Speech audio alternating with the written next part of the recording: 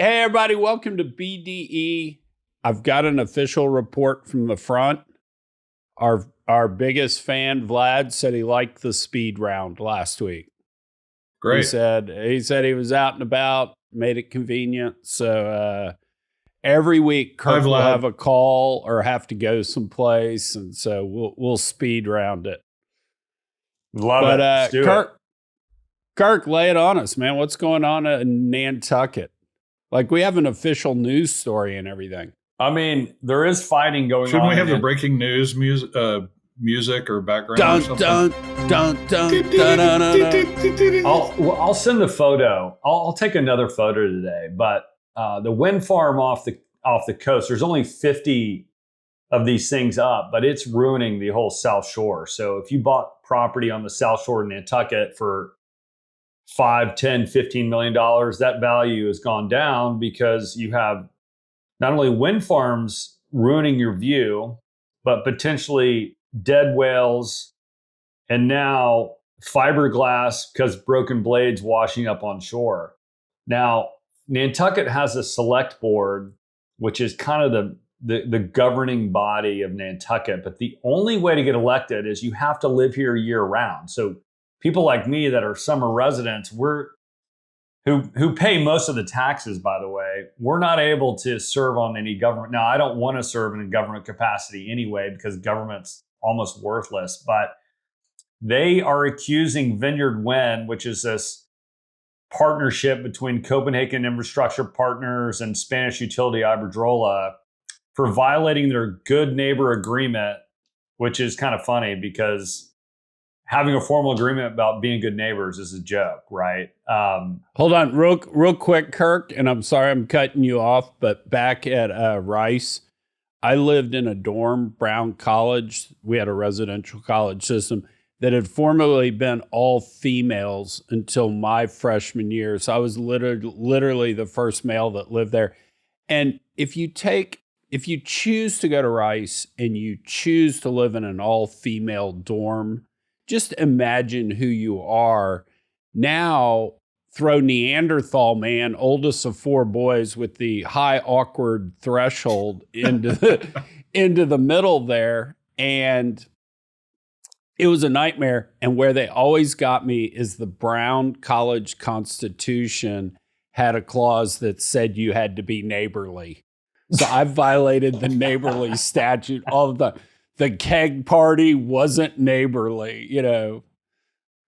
No, it was normal. Yeah, it was normal. It reminds me of a Monty Python skit because the select board in Nantucket's like, you're being bad neighbors. And what kills me is we're industrializing one of the most pristine marine environments on the East Coast for energy costs costs more than around at Shinnecock, and works about as reliably as the ferry schedule in the fog. So, I mean, it's mind-blowing. Even the left-wing tree-hugging, well, the tree huggers hate the whales now, which is another story in and of itself. But this thing is just a cluster, and no one realizes that it costs more money to take it down than it is to just keep it up. So the government of Nantucket's fighting with Vineyard Wind. Vineyard Wind's gone completely silent, which is actually an interesting strategy. Just be quiet. I mean, what does this little town in Nantucket know anyway? And the billionaires that live here have no voice. So it's interesting to see what's going to play out. That gets me to a question, Kirk, that I've been meaning to ask you. How many miles are you from a Kennedy, Obama, or what's the biggest celebrity, within? Yeah, I mean, Obama's on Martha's Vineyard, so that's 10 miles. I mean, it's right there. So I don't know if they can see it from there. I don't know if they're looking north or south, but they can see it too. Ah. So we're going to attach the tweet you sent around. Describe that whole drama, soap opera, in terms of the board. What's currently going on there? There was an accusation. I think there's clearly a board member that's getting kickbacks because he's like, hey, I think Vineyard Wind's being a great neighbor. And everyone's looking at this long time. Actually, he's a local Nantucket, grew up, and he's claiming that they're being great neighbors. Now, clearly he's got something lining his pockets, because why would you? I mean, let's just be honest.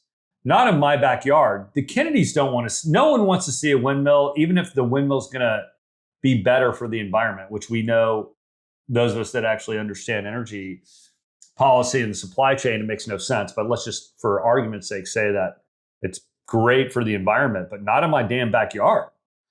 So there's one select member on the select board person that is holding out and siding with Vineyard Wind. Now, there's no reason why you would ever side with him unless you're getting a kickback.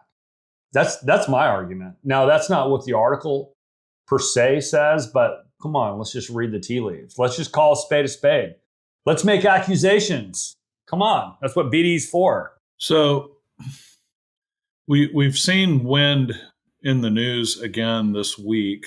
The president continues to hammer on it in some pretty blunt terms. In fact, I think there was a comment that he made as part of his Scottish excursion to ribbon cut the latest Trump golf resort in Scotland that he was disappointed. I don't know which orientation it is on the Scottish coast, but he said, it really, really spoils the view. And I had experience. It's been since 2019, I think. Summer of 2019, I played Trump International, which is outside of Aberdeen. And that's the one, feature that you see pretty prominently in an otherwise unspoiled vista looking out over the water, which is, there's a lot of other things. But anyway, you can't see any of the offshore oil and gas development, which is certainly out there, but these things have got to be reasonably close within view of the coastline. And I think that's the problem, is it ruins the aesthetic in the opinion of those that are having to live with it, like you've got in Nantucket. Well, I mean, that's the problem, is you don't have people, there's no real accountability.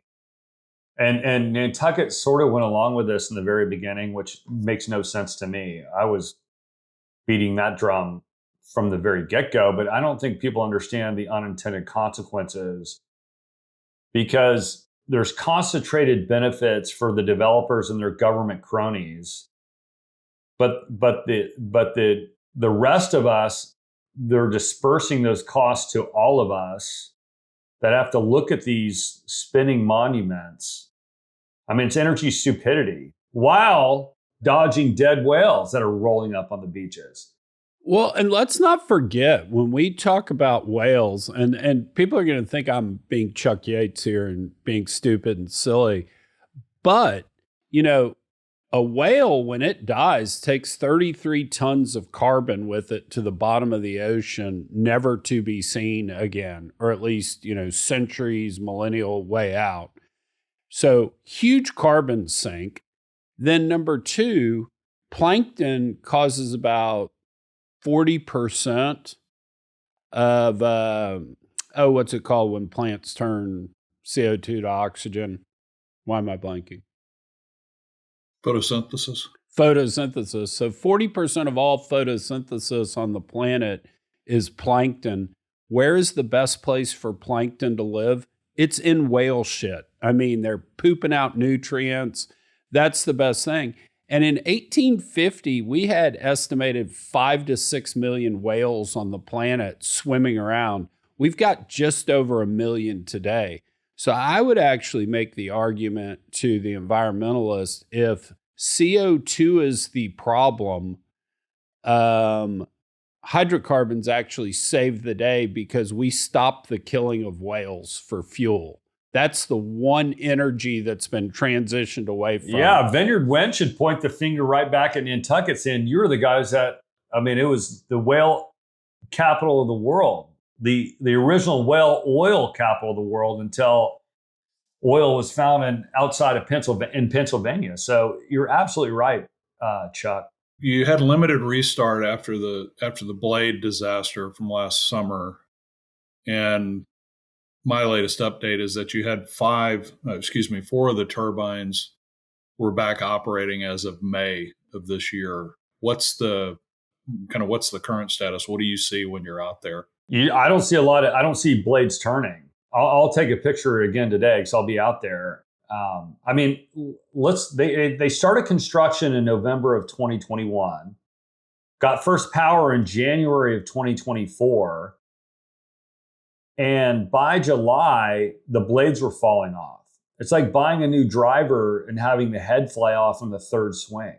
I mean, it is like they couldn't have orchestrated a horrible start. But hey, that's where we are. And I think, I don't know where Vineyard Wind is because they're gone silent. Nantucket, look, they're just neighbors rattling. Who knows what Martha's Vineyard is doing. But Nantucket is run by locals who live here year round. They're not the wealthy. And I mean, if you're Vineyard Wind, you're like, who cares? They don't have a big enough voice to matter because the biggest voice is in Washington, D.C. So on the blade inspection that was done, I think there were maybe one or two replacements, and then that number expanded. Is it known how many blades ultimately that GE Vernova is going to replace or supply to be replacements? Well, the manufactured blades came out of Canada, and supposedly there's some sort of like every one of these blades is at risk of being faulty. So I think that there's a real massive issue. And I think economically, we all know economically, this project never made sense. When I was even at Royal Dutch Shell, I mean, these guys would take business from they'd take candy from a baby for sure. And I love that about them in some ways because they're capitalistic in many ways. They wouldn't touch this project with a 250-foot pole. So now that you have this blade crisis, I think it's going to be really hard economically on GE and everyone else in the supply chain that put this stuff together, because I think that's one of the big, and there's quite a few articles and I'll go pull them up for you guys, but I think that's one of the big elephant in the room is like, wait, we don't want to open up this can of worms, because if we do, we might have to deconstruct every one of these things and put new blades in, which would just think of our energy. The energy costs in the Northeast just went up. Every time they're doing this, your costs just keep going up because someone's going to subsidize it or they're going to pass the cost along to you. And I think they're going to pass the cost along. What do you pay on the island? Cents per kilowatt hour. Do you know? I don't. I mean, I'll look it up. I'll get a quick answer for you. Here's the get out question, and we'll move on to the European trade deal. Gene Simmons was roasted for the Comedy Central roast, and Jeff Ross got up there and was one of the roasters. And Jeff was going, "You're the most amazing businessman on the planet. You commercialize everything. Kiss's name is on everything. What about a Kiss landfill for all that junk you've made?" That's our business idea. BDE sanctioned landfills for blades off of windmills. We'll make a killing. I'm in. There we go. All right, Mark, take us to Europe. Well, short on detail, but there were announcements made in conjunction with the Scottish junket that there at least have been framework trade deals with both the EU and the UK reached. And specific to energy and talking about the EU, apparently there's a quote unquote agreement for the EU to ramp its purchases of US energy to $250 billion per year over the next 3 years. Obviously, the principal component of that would be LNG. And again, there's not much on detail of how that works practically.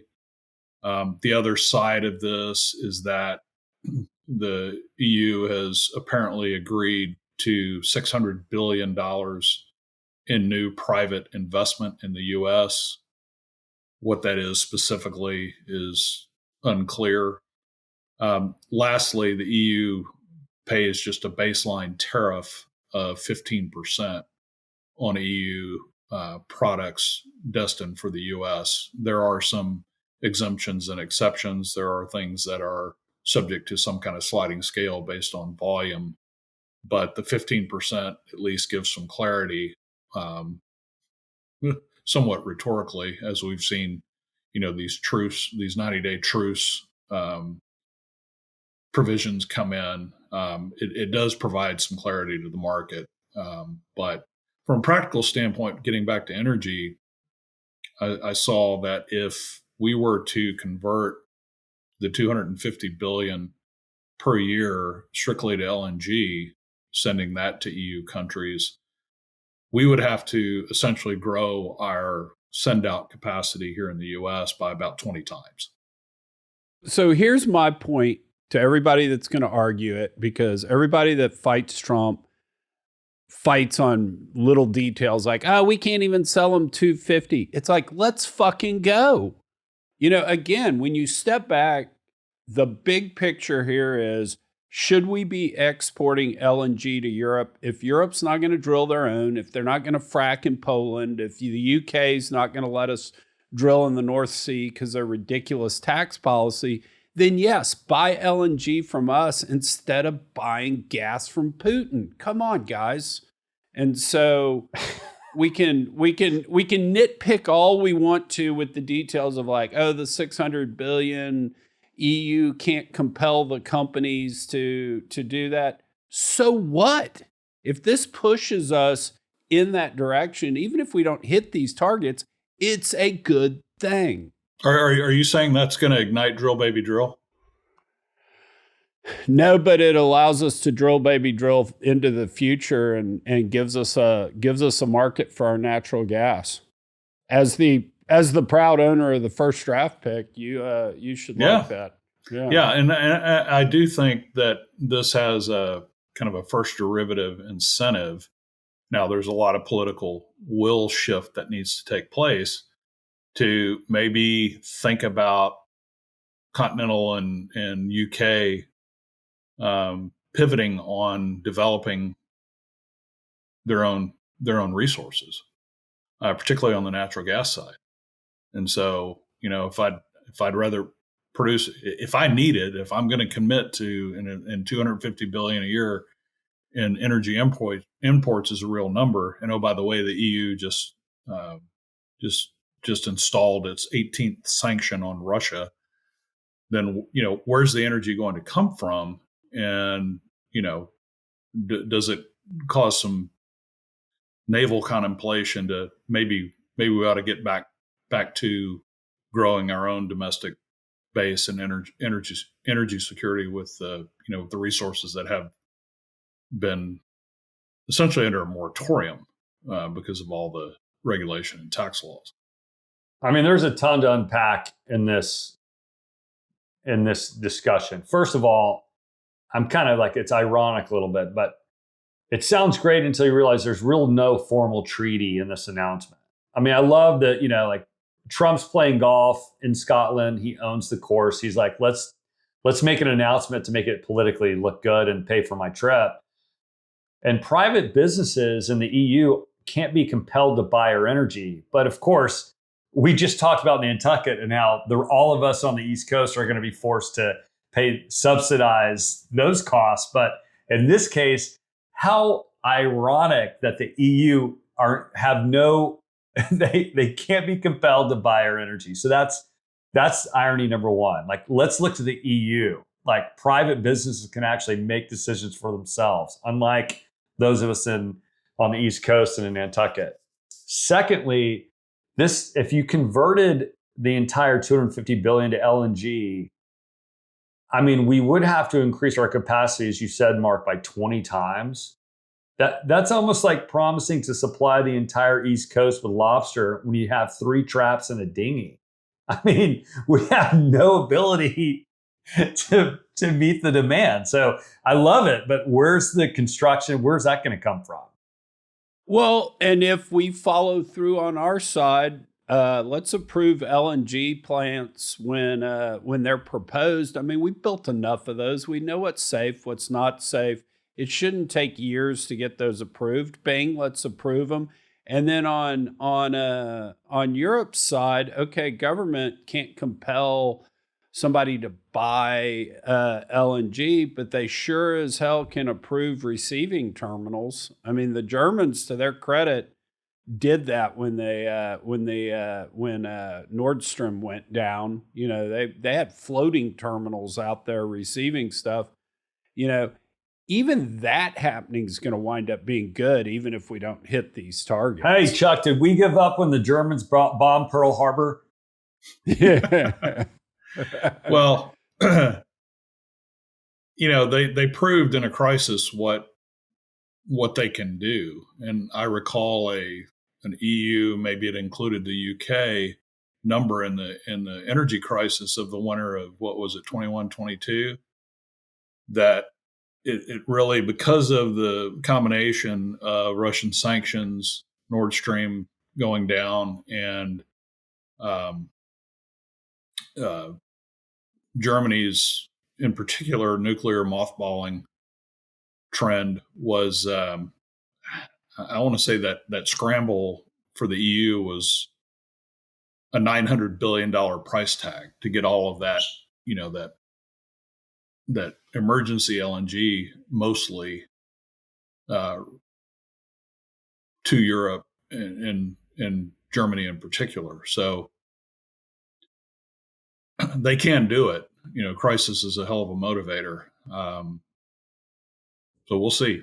I mean, let's give EU the comp, but this 18th round of sanctions on Russia, nothing says energy security like cutting off your cheapest supplier. I mean, I know we don't like, maybe you don't like Putin, but the point is like, it's the cheapest commodity out there. Why aren't you buying it? That's energy security. While you're figuring out how to increase import terminals. Well, and as Doomberg has commented on this issue, as sanctions have laddered up over the course of the last 3+ years, they don't work, and it ends up actually for a producer leverage or dependent economy like Russia's is, it's only helpful because those barrels are going to find a market, and there are those that don't hold the EU and the US's principles that are and morals that are behind these sanctions. The reality is that the way to really hurt the Russians in terms of their economy and their revenue is to flood the market, which we had to, physically have the capacity to do, as we've seen over the last 15 years with U.S. shale, and certainly what OPEC could do. Although OPEC's got the conundrum of having Russia in OPEC plus. If I even had a modicum of fear, even a tiny bit of fear that the Canadians could even match us for 2 minutes in a battle of some sort, I don't know that I'd be buying energy from them and financing their war machine. And so, Europe, you don't get to do both things. You don't get to run around and say, oh, we're so scared of Putin and we're frightened of him, and then finance his war machine. You don't get to do both of those. And so, yeah, we'll send you all the LNG you want. Toby Rice, you get drilling. Let's build LNG terminals all over the place, outside of Nantucket, of course, because we don't want to ruin Kirk's view. But we'll throw them all up and down the Gulf Coast. I strenuously object. You just object. No, I strenuously object. Could we put a terminal out of sight and out of mind on Nantucket? I don't know enough about the... Underwater? I'd be fine if it was underwater. They don't have any gas up there. One FLNG, far offshore. Now, here's some energy. I just got the bill. Thanks to my secretary and wife, sent this to me. But we use 420 kilowatt hours last month and paid $250. And if my math's correct, is that like 59 cents a kilowatt hour? That's super expensive. We don't use a ton of energy because the climate, it's cool. And our house is not gigantic. But we did get grandfathered in for a gas stove, which they are trying really hard not to do. And it's propane on the island. They ship it in, but it sure burns better than electricity. But, wow. There you go. 59 cents. There we go. All right, Mark, take us to nukes. I want to make sure Kirk makes his meeting. Speed round. Was that code for surfing? Is that what you were actually doing? You got surf time at 10 or? No, it's golf today. Oh, okay, good. I'm going to Scotland next week, so I have to prep for a tournament, and you know how that is. Life's hard. Got to be representing BDE well. So right. Let's jump to nukes.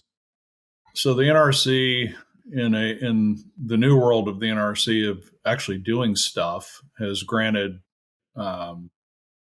at least the main license for the Palisades nuclear facility in Covert, Michigan, a restart under, I believe, the old authorization, which expires in 2031.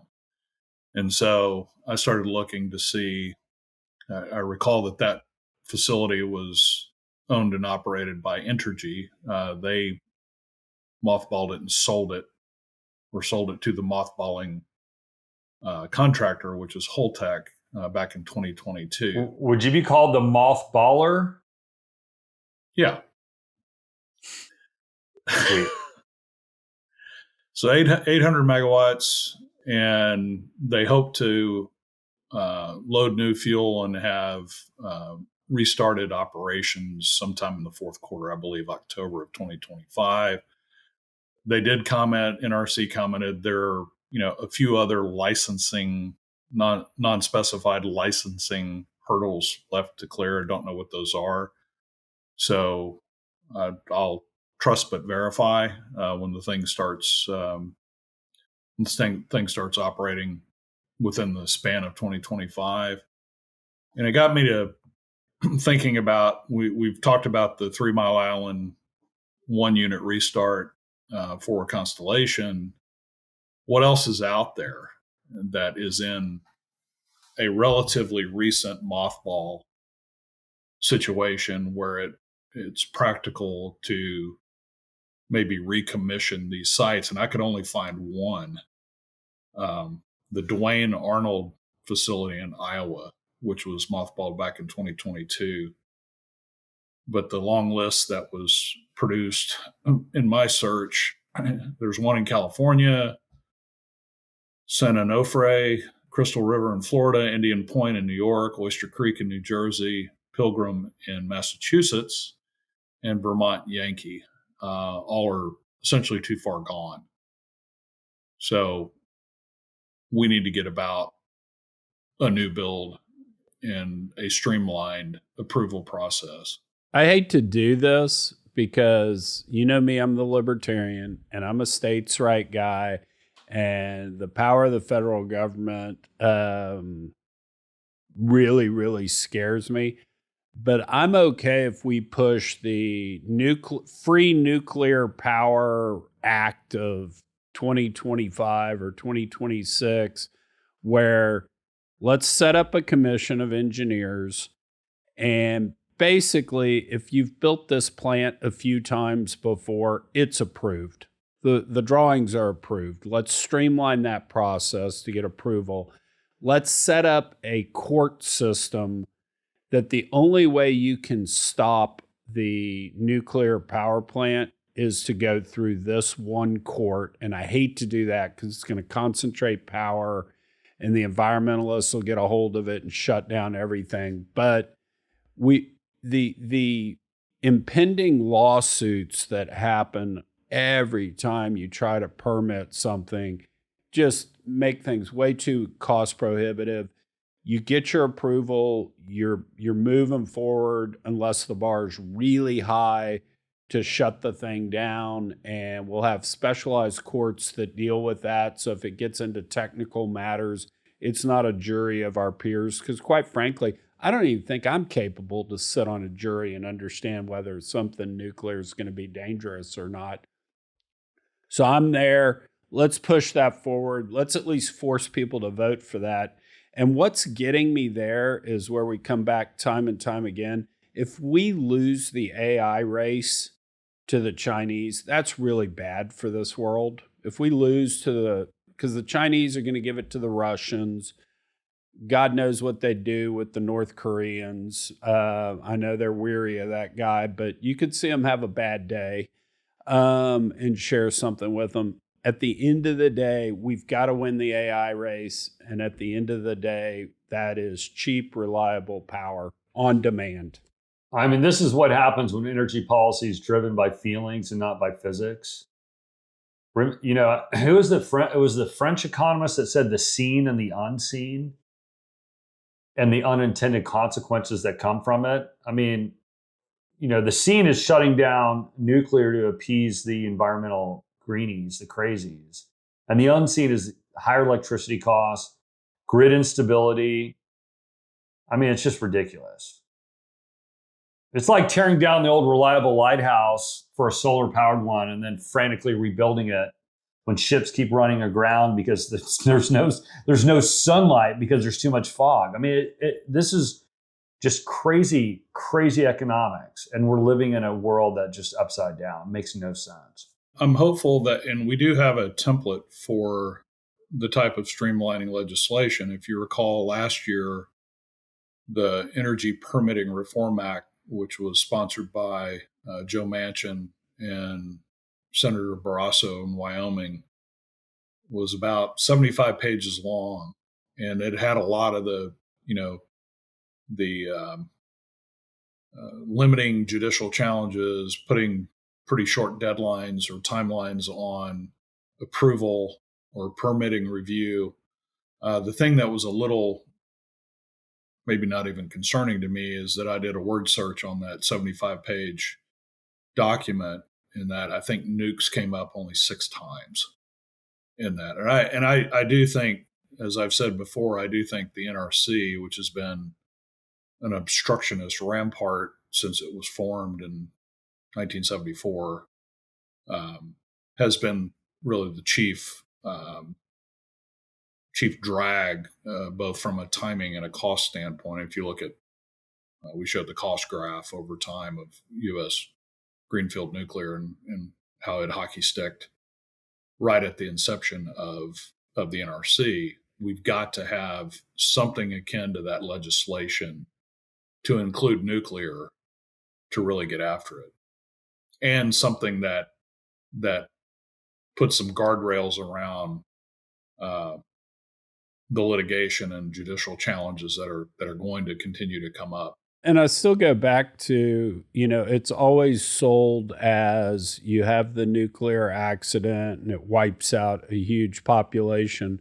We've had nuclear accidents, and you can argue about all of this stuff, but in terms, even if you include Chernobyl, which I think most people would say that nuclear plant would not have been built in the West by any of us, but even if you include it, you're talking like 60 immediate deaths. And I don't mean to,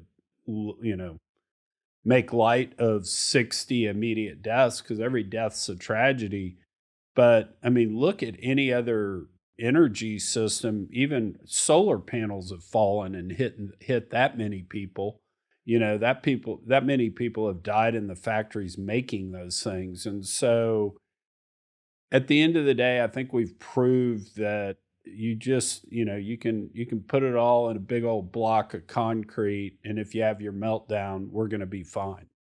I mean, was it Marvel Comics? I mean, if they sold global warming and climate change, which is scientifically, ridiculous. But if we could just sell that, if a nuclear accident happened, there'd be at least 10 or more superheroes to come out of the meltdown. I think Gen Z would be all over this thing. It's like, hey, the risk is we get cheap power. I mean, the good news is we get cheap power. The downside is if there is a problem, we'll crank out a whole bunch of new superheroes, because that's every Marvel comic book starts out with someone gets like thrown in a vat of like nuclear waste and they come out like stronger than Superman. So I'm saying we could spin that into a really good narrative. Well, and again, all of the anti-nuke movement came from Germans that worked on it, and it was the guilt they felt over creating the nuclear bomb. I mean, that was the anti-sentiment that took hold. They used the environment to sell it because that was the most effective marketing path. But at the end of the day, I mean, you really get in there and research, because it's the anti-nuke stuff started in Germany, and it was all the guilt these scientists felt. And I get it. I mean, what happened to Hiroshima, and Nagasaki, I mean, it was just, that's horrible on so many levels. We can justify we can debate whether it was justifiable or not. So I get that was bad, but it's been sold under false pretenses. All right, last thing, big acquisition, Baker.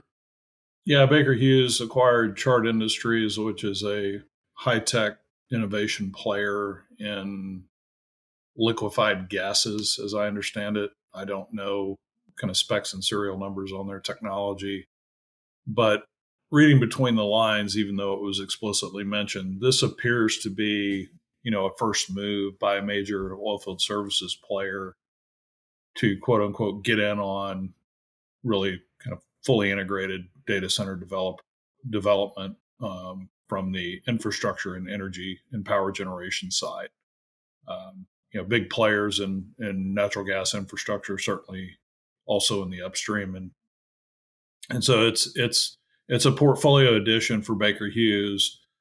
They have been, in my opinion, on the more progressive side in disruptive technology ever since Simonelli took over. They were one of the first to pivot in that direction. So I just thought it was interesting. It's not a trivial deal for any OFS company today. It's $13.6 billion in enterprise value. We'll see if there's peer response. I just thought it was interesting, something that caught my eye. I mean, interesting. My take, actually, I'm glad you brought this up, because Chart does hydrogen, LNG, and CCS. It's basically a portfolio of every technology getting massive government subsidies. The IRA hydrogen tax credit, CCS tax incentives, and plus Trump's new AI data center policies fast tracking for permitting. It's really interesting. And I'm like, I hope those finance bros over there at Baker Hughes know how to read the government tea leaves, and hope that Uncle Sam keeps picking up part of the tab, because this to me is one of those things where you're betting big on government backing you. And we know what happens when you do that. So this could be short the hell out of Baker, or it could be a brilliant move, but it'll be real interesting to watch, because these are heavily subsidized spaces. Hydrogen and CCS, which, yeah, I mean, I've looked at every CCS technology on the planet. I can tell you, man, interesting. I went on Grok real quick and said, chat with me in our typical voice about the Baker Hughes Chart deal. And it said, this is the quintessential Texas oil baron, Baker Hughes. They saw Chart flirting with Flowserve at the industry prom and said, not on my watch, baby. And slid in there with a much better offer, leaving Flowserve with the $266 million breakup fee and a broken heart. That's pretty good. There you go. Speaking of hydrogen, one little tidbit. Bill Gates's alleged 390-foot hydrogen fuel cell powered superyacht was in the news this week. Allegedly, he has never set foot on it, and allegedly it's up for the low price of $645 million. But his directive to the shipbuilder or the yacht builder in the Netherlands was, I want the greenest super yacht ever. Does it work? It's got cryogenic storage of hydrogen for the fuel cells on board, obviously, that I think is cooled to minus 253 degrees Celsius, which there's got to be some conventional energy that is driving that refrigeration on board. Although their backup fuel system was defined as biofuel related if they're inconveniently in an area where they can't access liquefy hydrogen. They probably cook a lot of French fries. You just throw that cooking oil in there then. The thing has a 4-story private owner suite, two-bedroom owner suite. 4-story. I have a minimum of 3 stories. If it's 2 stories or less, I'm not interested. So here's a question. That would be gaudy and obnoxious. Here's a question for Vlad and all of our listeners, all 17,000 million of them. If you're a billionaire and have way too much money to spend, what is your passion? Because Bill Gates has a lot. Like would you be into super yachts? Would you be in private jets? Would you be into owning golf courses? What would be your guilty pleasure? And you have to play, I'm going to one up somebody else. So the second Sphere, the Sphere in Las Vegas does all the concerts. Yeah. The second Sphere will be built in Richmond, Texas. So if it's kind of like if a tree falls in the forest and no one's around, did it fall? Did it make a noise? Is that this same thing for I don't the Sphere care. in Richmond? I'll hire the bands I like. And so David Lee Roth will kick it off. We'll have Poison. We'll have Thomas Rhett come. We'll make Jewel come play. Lindsay L will have to come play. It's going to be my, 2 nights a week. I'm going to go see a show. And I'm going to walk there. All right, Mark, what do you got?